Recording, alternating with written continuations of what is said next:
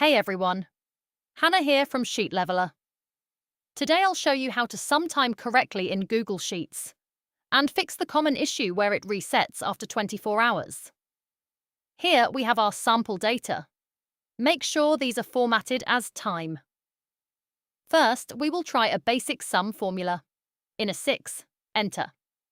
This formula can also be found in the video description, allowing you to easily copy it into your Google Sheet. Press enter.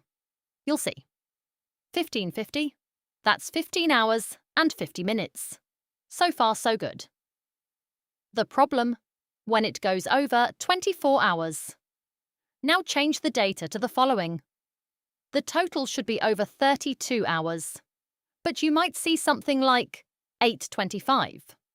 Why? Because Sheets resets time after 24 hours. What's the fix? Very important. Click the total cell. Then, Format Number Custom Number Format. Enter this. This code again, you can find it in the video description. Click Apply. Now it shows 32:25, correct total time over 24 hours. That's how you correctly sum time in Google Sheets. Even past 24 hours. The formula is in the description. Hit like if this helped, and subscribe for more sheet tips.